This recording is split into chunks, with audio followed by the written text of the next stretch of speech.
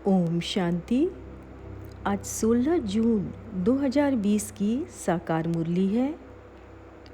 आज मीठे बाबा बोले, मीठे बच्चे, तुम्हारा पहला पहला पाठ है, मैं आत्मा हूँ, शरीर नहीं। आत्म अभिमानी होकर रहो तो बाप की याद रहेगी। आज यहाँ बाबा आत्मा का पहला पाठ पक्का करा रहे हैं। बाबा बच्चों से पूछ रहे हैं कि सब यहाँ आत्म अभिमानी होकर बैठे हो। हम आत्माओं को परमात्मा बाप परम धाम से आके पढ़ा रहे हैं, तो बच्चों को आत्म अभिमानी होकर रहना है। इसी में तो मेहनत है, क्योंकि बच्चे बार बार भूल जाते हैं, देह अभिमान में आ जाते हैं। इसलिए बाबा पूछ रहे हैं, जब हम आत्म अभिमानी होंगे तो बाप की याद बनी रहेगी, और अगर देह अभिमान होंगे तो सारे लौकिक संबंधी याद आएंगे। तो आत्मा का पाठ पक्का करना है कि हम देह नहीं, आत्मा हैं। मुझ आत्मा में ही 84 जन्मों का पाठ भरा हुआ है। आत्मा का पाठ पक्का होने से हमें अपार खुशी होने लगती है। मतलब खुशी का खजाना जमा होने लगेगा। तो हमेशा ये याद रखना है कि कुछ भी हो जाए, हमारे मन की खुशी कभी कम न हो। परिस्थितियाँ तो आती भी रहेंगी और चली भी जाएंगी।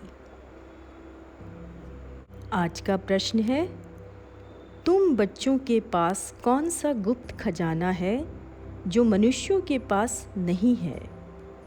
बाबा ने उत्तर दिया, तुम्हें भगवान बाप पढ़ाते हैं, उस पढ़ाई की खुशी का गुप्त खजाना तुम्हारे पास है। तुम जानते हो, हम जो पढ़ रहे हैं भविष्य अमरलोक के लिए, ना कि इस मृत्यु लोक के लिए। बाप कहते हैं, सवेरे सवेरे उठकर घूमो फिरो, सिर्फ पहला पहला पाठ याद करो तो खुशी का खजाना जमा होता जाएगा।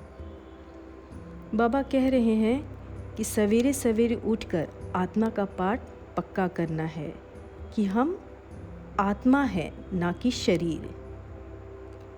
हमारे रूहानी बाबा हमको पढ़ाते हैं, ये ज्ञान जो हमारी बुद्धि में है उसे अच्छी तरह धारण करना है। गाते भी हैं, मेरा तो एक बाबा दूसरा न कोई। धारणा के लिए मुख्य सार, पहला, योग बल से अपनी सर्व कर्म इंद्रियों को वश में करना है। एक बृहस्पति बाप की याद में रहना है। सच्चा वैष्णव अर्थात पवित्र बनना है। दूसरा, सवेरे उठकर पहला पाठ पक्का करना है कि मैं आत्मा हूँ, शरीर नहीं। हमारा रूहानी बाबा हमको पढ़ाते हैं, यह दुख की दुनिया अब बदलनी है। ऐसे बुद्धि में सारा ज्ञान सिमरन होता रहे। आज का वरदान है, स्वयं के प्रति इच्छा मात्रम अविद्या बन, बाप समान अखंड दानी परोपकारी भव। विस्तार में, जैसे ब्रह्मा बाप ने स्वयं का समय भी सेवा में दिया, स्वयं निर्माण बन बच्चों को मान दिया, काम के नाम की प्राप्ति का भी त्याग किया। नाम मान शान सब में परोपकारी बने, अपना त्याग कर दूसरों का नाम किया, स्वयं को सदा सेवाधारी रखा, बच्चों को मालिक बनाया, स्वयं का सुख बच्चों के सुख में समझा।